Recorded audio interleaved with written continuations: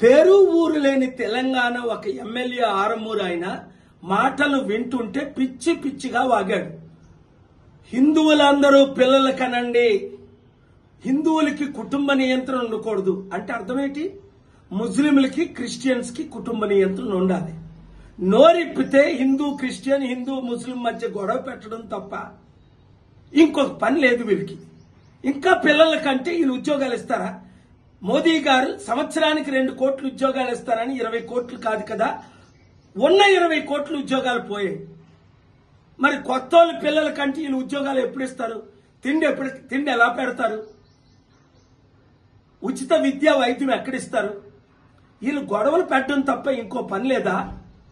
మోదీ గారికి పిల్లల కలన్న వీళ్ళు ఎప్పుడైనా చెప్పారా? అది ఆయన ఇష్టం.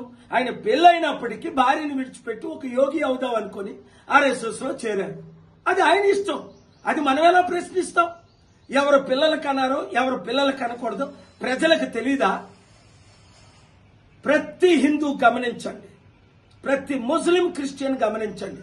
ఇప్పుడే గాని బీజేపీని చిత్తుగా మనం అందరం ఏకమై ఓడించకపోతే ఇండియా రష్యా లాగా, వెనజువేలా లాగా, నైజీరియా లాగా, జింబాబ్వే లాగా, శ్రీలంక లాగా తయారవుద్ది.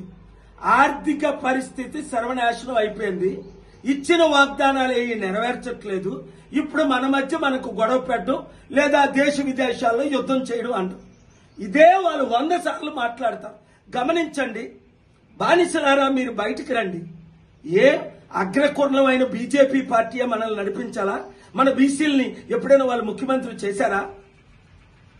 ప్రతి ఒక్కరు బానిసలందరూ బయటకు వచ్చి ప్రజాశాంతి పార్టీని గెలిపించి ఈ రాష్ట్రాన్ని దేశాన్ని రక్షించండి.